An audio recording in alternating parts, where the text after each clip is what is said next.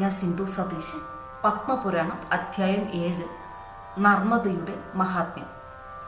അങ്ങനെ നാരദ മഹർഷി വസിഷ്ഠ മഹർഷി രാജാധിരാജനായ ദിലീപനോട് പുഷ്കര തീർത്ഥത്തെക്കുറിച്ചുള്ള വിവരണം വിശദമായി തന്നെ യുധിഷ്ഠിരനോട് പറഞ്ഞു കൊടുത്തു.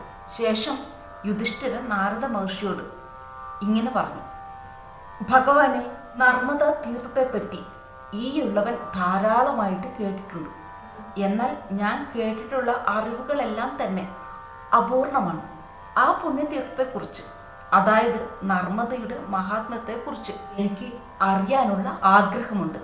അങ്ങ് എൻ്റെ ആ ആഗ്രഹത്തെ സഫലീകരിക്കുകയില്ലേ? ഇങ്ങനെയാണ് യുധിഷ്ഠിരൻ നാരദ മഹർഷിയോട് ചോദിച്ചത്. ജ്യേഷ്ഠ പാണ്ഡവനായ യുധിഷ്ഠിരന്റെ ഈ വാക്കുകൾ നാരദ മഹർഷി മന്ദസ്മിതമുണർത്തി. ധർമ്മപുത്രരോടായി അദ്ദേഹം ഇപ്രകാരം പറഞ്ഞു: വത്സ, തീർത്ഥങ്ങളിൽ സർവവ്യാപിയാണ് നർമ്മദ. നർമ്മദ മഹാത്മ്യത്തെപ്പറ്റി വസിഷ്ഠൻ ദിലീപനോട് അത്യന്തം വിശാലമായി തന്നെ അരുളി ചെയ്തിട്ടുണ്ട്. ആ കാര്യങ്ങൾ എന്തൊക്കെയാണെന്ന് ഞാൻ പറയാം, അങ്ങ് കേട്ടുകൊള്ളൂ. ദർശന മാത്രയിൽ തന്നെ പാപമുക്തി നൽകുന്ന ഒരു തീർത്ഥമാണ്, അല്ലെങ്കിൽ വിശിഷ്ടമായ ഒരു തീർത്ഥമാണ് നർമ്മദ. മറ്റ് തീർത്ഥങ്ങളിൽ നിന്നും വിഭിന്നമായി ദേശകാല ഭേദമില്ലാതെ ഒഴുകുന്ന സ്ഥലങ്ങളിലെല്ലാം തന്നെ ഒരുപോലെ പുണ്യവാഹിയായി ഈ തീർത്ഥം നിലകൊള്ളുന്നു. ദേവനദിയായ ഗംഗ തന്നിൽ മുങ്ങി നിവരുന്ന നിമിഷം പാപമുക്തി നൽകുമ്പോൾ സരസ്വതി, യമുന എന്നീ നദികൾ യഥാക്രമം 3 ദിനരാത്രങ്ങൾ കൊണ്ടും 7 ദിനരാത്രങ്ങൾ കൊണ്ടുമാണ് ഒരുവന്റെ പാപം കഴുകിക്കളയുന്നത്. ഇതിൽ നിന്നും നർമ്മദയുടെ മഹാത്മ്യം ഗ്രഹിക്കാവുന്നതേയുള്ളൂ. അമരകണ്ഠ പർവ്വതത്തെ വലം വെച്ച് 60 കോടി 60,000 തീർത്ഥങ്ങൾ ഒഴുകുന്നുണ്ട്. ഇതിൽ ത്രിലോകങ്ങളിലും വെച്ച് ശ്രേഷ്ഠമായ ഒരു തീർത്ഥമാണ് നർമ്മദ. ഏകദേശം 2 യോജന വീതിയും 100 യോജന നീളവുമുണ്ട് നർമ്മദയ്ക്ക്.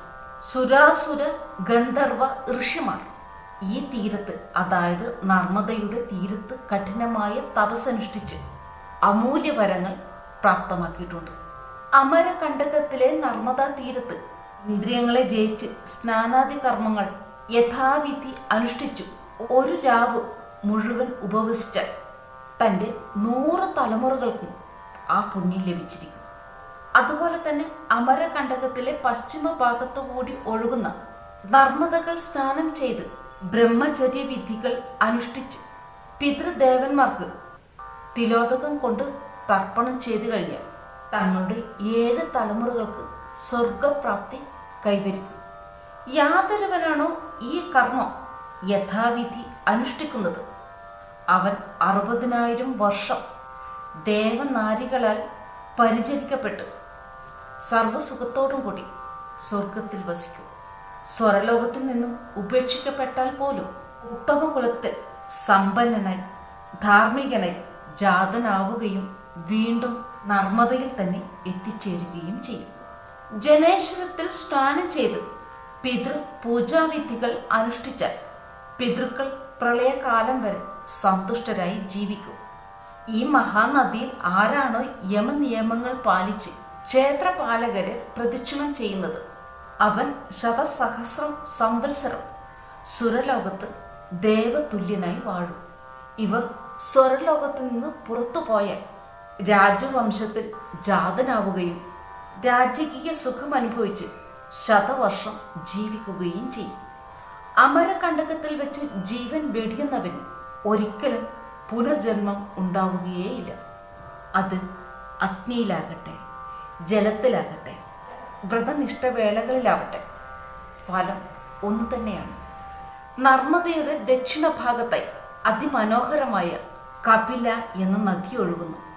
ശതകോടിയിലധികം തീർത്ഥങ്ങൾക്ക് ജനനിയാണ് ഈ നദി. ഇതിൻ്റെ ജലസ്പർശത്താൽ ജീർണിത തരുക്കൾ പോലും മോക്ഷവീതിയിലേക്ക് എത്തിക്കുന്നു. കപില പോലെ മറ്റൊരു നദിയാണ് വിശല്യകരണം. ലോകക്ഷേമത്തിനായി ഭഗവാൻ തന്നെ ഭൂമിയിലേക്ക് അയച്ച നദികളാണ് കപിലയും വിശല്യകരണയും എന്ന് വിശ്വസിക്കുന്നു. പാപമുക്തി അറിഞ്ഞ് സ്വർലോകവാസം അനുഭവിക്കാനും അശ്വമേധയജ്ഞഫലം പ്രാപ്തമാക്കാനും ഈ 2 നദികളും ഒരുവനെ സഹായിക്കുന്നു. നർമ്മദയുടെ പരിശുദ്ധ ജലം സ്പർശിക്കുന്ന മാത്രയിൽ തന്നെ തങ്ങളിലുള്ള ഏതൊരു പാപവും വിട്ടകലുന്നു. ഗംഗ, സരസ്വതി എന്നീ നദികളുടെ അതേ സ്നാനഫലമാണ് നർമ്മദയ്ക്കും ഉള്ളത്. ഒരു രാവും ഒരു പകലും ഈ പുണ്യഭൂമിയിൽ ഉപവസിച്ച എത്ര കൊടിയ ബ്രഹ്മഹത്യ പാപവും നശിച്ചു പോവുകയും മുക്തി നേടുകയും ചെയ്യുന്നു. ഇതാണ് നർമ്മദയുടെ മഹാത്മ്യം. അധ്യായം 8 ത്രിപുര ദഹന കഥനം. അടുത്ത വീഡിയോ. അതുവരേക്കും എല്ലാവർക്കും നന്മ വരട്ടെ. നമസ്തേ.